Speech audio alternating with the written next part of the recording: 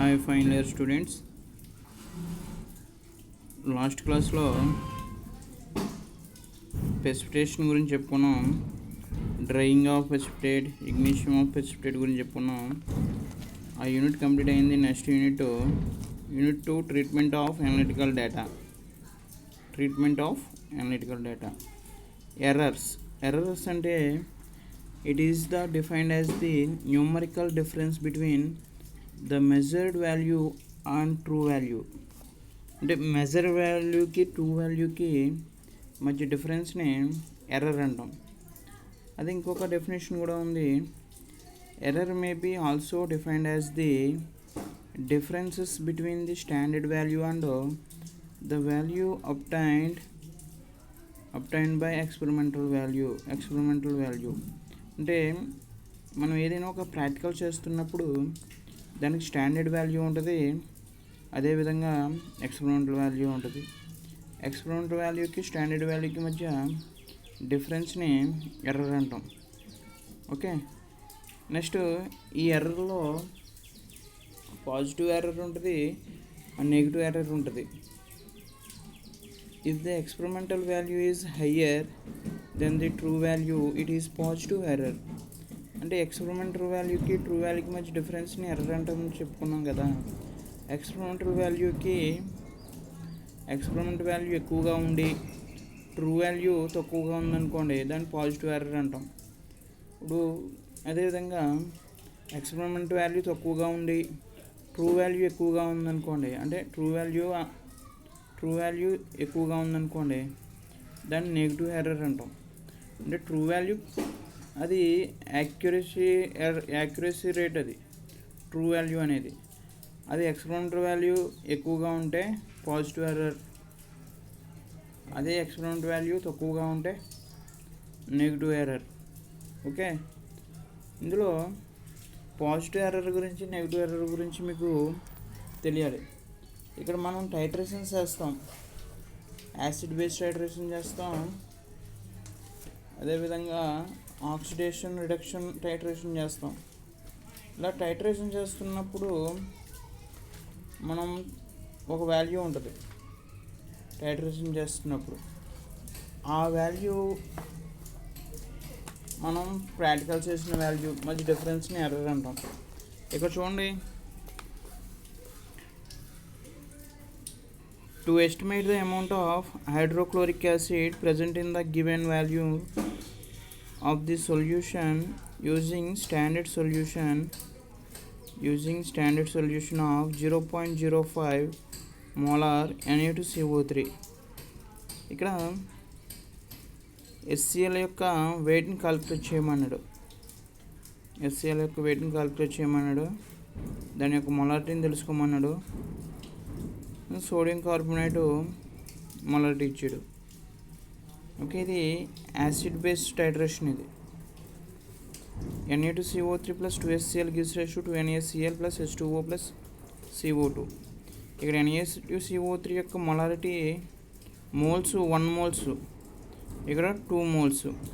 మనకి మొలారిటీకి ఫార్ములా ఉంటుంది, M1V1/N1 = M2V2/N2. M1 ఏమో Na2CO3 మొలారిటీ అనుకుంటున్నాం, అది వాడు ఇచ్చాడు 0.05 molar. V1 volume of Na2CO3 అనుకుంటున్నాం, అది 20 ml. అంటే ఇది Na2CO3 అనేది కొనికల్ ప్లాస్లో తీసుకుంటాం, HCl అనేది బ్యూరేట్లో తీసుకుంటాం. ఓకే, Na2CO3ని కొనికల్ ప్లాస్లో తీసుకున్నప్పుడు ఎంత ఎంఎల్లో మెజర్ చేస్తాం? 20 ml మెజర్ చేస్తాం. ఓకే, దానికి మిథైల్ ఆరెంజ్ ఇండికేటర్ యాడ్ చేస్తాం. HCl బ్యూరేట్లో తీసుకుంటాం. ఓకే, టైట్రేషన్ చేసిన వచ్చిన రీడింగ్ అది V2 అవుద్ది. V2 = volume of HCl. ఇది బ్యూరేట్ రీడింగ్, అంటే బ్యూరేట్లో తీసుకున్న రీడింగ్ ఇది. ఓకే, M2 తెలియదు, M2 తెలుసుకోవాలి. N1 అంటే number of moles of Na2CO3. ఇక్కడ రియాక్షన్లో Na2CO3 ఎన్ని మోల్స్ ఉన్నాయి? 1 మోల్స్ ఉన్నాయి. N2 = number of moles of HCl. Number of moles ఎన్ని ఉన్నాయి? 2 ఉన్నాయి. 2. ఓకే, ఇవి ఇక్కడ చూడండి, మొలారిటీ HCl యొక్క మొలారిటీ ఎంత రావాలంటే 0.1 మోలార్ రావాలి. ఎంత రావాలి? 0.1 మోలార్ రావాలి. ఇక్కడ M2 అనేది 0.1 మోలార్ రావాలి. అది ట్రూ వాల్యూ. ఇదేంటిది? True value. Okay, true value. అదేవిధంగా ఇక్కడ 20 ml వచ్చిందనుకోండి, బ్యూరేట్లో రీడింగ్ 20 ml వచ్చిందనుకోండి, ఇక్కడ M2 = 0.1 మోలార్ వస్తుంది. అలా కాకుండా V2 అనేది 19.2 వచ్చిందనుకోండి, 19.8 వచ్చిందనుకోండి, ఇక్కడ M2 వాల్యూ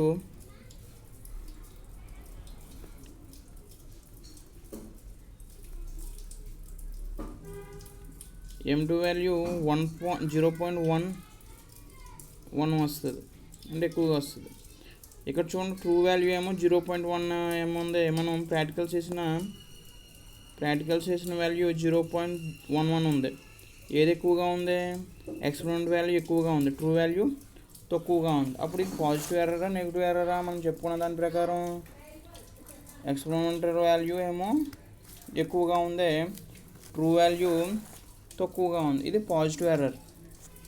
అదేవిధంగా M2, ఒకవేళ M2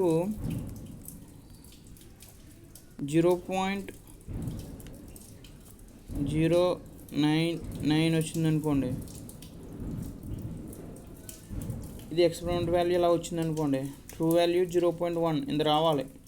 ఇక్కడ మనకి ఎంత వచ్చింది? 0.09 వచ్చింది. అప్పుడు ఇది ఏ వాల్యూ అవుద్ది? ఏ ఎర్రర్ అవుద్ది? నెగిటివ్ ఎర్రర్ అవుద్ది. ఎందుకంటే ట్రూ వాల్యూ కన్నా ఎక్స్పెరిమెంట్ వాల్యూ తక్కువగా ఉంది, అందువల్ల నెగిటివ్ ఎర్రర్ అవుద్ది.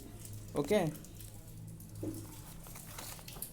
చూడండి, if the experimental value is higher then the true value, it is positive error.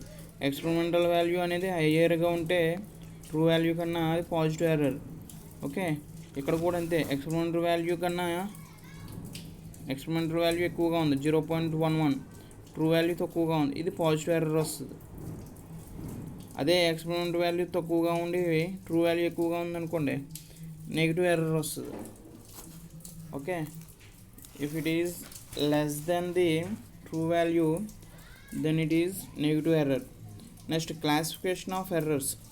ఎర్రర్స్లోని classification 2 types: determinate error or systematic error. సెకండ్ది ఏంటంటే indeterminate error, random error. Okay, ఫస్ట్ది determinate error. Errors which can be described by definite causes are known as determined error. Okay, అంటే దానికి ఎర్రర్కి కలిగిన కారణాలు అంటే reasons సిస్టమేటిక్గా ఉన్నాయనుకోండి, డిటర్మినేషన్ ఎర్రర్ అంటాం. అంటే ఈ డిటర్మినేషన్ ఎర్రర్లోని పర్సన్ వల్ల వచ్చే ఎర్రర్స్ అవ్వచ్చు. అంటే పర్సన్స్ వల్ల ఎలా ఎర్రర్ వస్తుందని డౌట్ రావచ్చు మీకు. Determinate error may be predicated by a person who truly understands all the aspects of the measurement. Some of the source of the determined errors are, అంటే పర్సన్ వల్ల వచ్చే ఎర్రర్స్ అవ్వచ్చు. Person వల్ల అంటే for example బ్యూరేట్లో ఉన్న reading చూడాలి. బ్యూరేట్లో HCl ఉందనుకోండి, బ్యూరేట్లో HCl ఉంది, Na2CO3లో Na2CO3 కొనికల్ ఫ్లాస్క్లో ఉంది, టైట్రేషన్ కంప్లీట్ అయింది. బ్యూరేట్ రీడింగు 20.1 వచ్చిందనుకోండి. ఓకే, 20.1 వచ్చిందనుకోండి, మీరు చూసేటప్పుడు అంటే మనం ప్రాక్టికల్ చేసేటప్పుడు బ్యూరేట్ స్టాండ్కి ఉండి బ్యూరేట్ రీడింగ్ చూసారనుకోండి, అది కరెక్ట్గా కనబడదు. బ్యూరేట్ స్టాండ్ నుంచి బ్యూరేట్ని తీసి ఆ వాల్యూ చూసారనుకోండి, కరెక్ట్గా కనపడుతుంది. అంటే అది దృష్టి లోపం అంటారు కదా, ఆ ఎర్రర్ అన్నమాట. Next, incorrect calibrations of the instrument such as burette, balance, pH meter. Burette రీడింగ్లో చూడడం వల్ల ఎర్రర్ రావచ్చు, అది డిటర్మినేషన్ ఎర్రర్ అంటాం. బ్యాలెన్స్ అంటే ఇప్పుడు Na2CO3 సొల్యూషన్ ప్రిపేర్ చేస్తాం, HCl సొల్యూషన్ ప్రిపేర్ చేస్తాం. అలా ప్రిపేర్ చేస్తున్నప్పుడు ఆ వెయిట్ బ్యాలెన్స్ చేస్తాం. ఆ బ్యాలెన్స్ సరిగ్గా చూడలేదనుకోండి ఎర్రర్ వస్తుంది. పిహెచ్ మీటర్ అంటే Na2CO3 ఒక పిహెచ్ వాల్యూ ఉంటుంది, HClకి ఒక పిహెచ్ వాల్యూ ఉంటుంది, అదేవిధంగా ఇండికేటర్కి ఒక పిహెచ్ వాల్యూ ఉంటుంది. ఆ పిహెచ్ వాల్యూలో కూడా తేడా చూసారనుకోండి, అది determination error. Next impurity of A reagent. మనం రియేజెంట్స్ ప్రిపేర్ చేస్తాం. ఇప్పుడు టైట్రేషన్ గురించి చెప్పుకుంటున్నాం కదా, Na2CO3 HCl రియేజెంట్స్ ప్రిపేర్ చేస్తాం. అందులో ఇంప్యూరిటీస్ ఉన్నాయనుకోండి ఎర్రర్ వస్తుంది. ఇంప్యూరిటీస్ ఎలా ఉంటాయంటే మనం డిస్టిల్ వాటర్తో ప్రిపేర్ చేయాలి. ట్యాప్ వాటర్తో ప్రిపేర్ చేసామనుకోండి ఇంప్యూరిటీస్ ఉంటాయి. అలా ఇంప్యూరిటీస్ ఉన్న రియేజెంట్స్తో టైట్రేషన్ చేశారనుకోండి సైడ్ రియాక్షన్స్ ఫామ్ అవుతాయి. అంటే Na2CO3 HCl న్యూట్రల్ అవ్వాలి, పిహెచ్ వాల్యూ కూడా 7 అవ్వాలి. అలా కాకుండా వేరే సైడ్ రియాక్షన్స్ వస్తాయి. Next super heating of A sample heat చేయాలి. బాగా కావాల్సిన హీటింగ్ కాకుండా అంటే సర్టెన్ టెంపరేచర్ వరకు హీట్ చేయాలని ఉంటుంది. ఆ టెంపరేచర్ కన్నా ఎక్కువ టెంపరేచర్ హీట్ చేసామనుకోండి ఎర్రర్ వస్తుంది. ఫర్ ఎగ్జాంపుల్ రిడాక్స్ టైట్రేషన్ ఉంది, KMnO4 more salt, KMnO4 oxalic acid.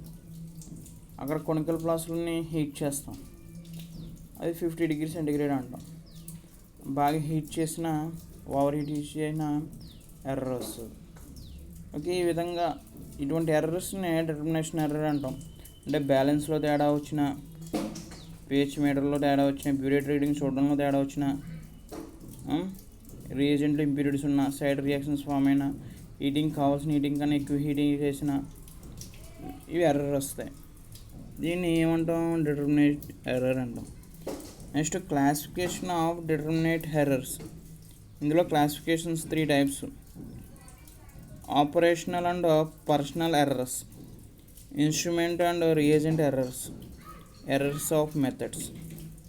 Okay, ఇవి 3 types: operational and personal errors, సెకండ్ది ఇన్స్ట్రుమెంటల్ అండ్ రియేజెంట్ ఎర్రర్స్, థర్డ్ది ఎర్రర్స్ ఆఫ్ మెథడ్స్.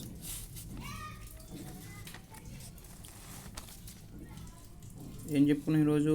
ఎర్రర్స్ గురించి చెప్పుకున్నాం. ఎర్రర్స్లోని పాజిటివ్ ఎర్రర్ ఉంటుంది, నెగిటివ్ ఎర్రర్స్ గురించి చెప్పుకున్నాం. క్లాసిఫికేషన్ ఆఫ్ ఎర్రర్స్ గురించి చెప్పుకున్నాం. క్లాసిఫికేషన్ ఆఫ్ ఎర్రర్స్లో డిటర్మినేషన్ ఎర్రర్ ఉంటుంది, డిటర్మినేషన్ ఎర్రర్ గురించి చెప్పుకున్నాం. ఓకే.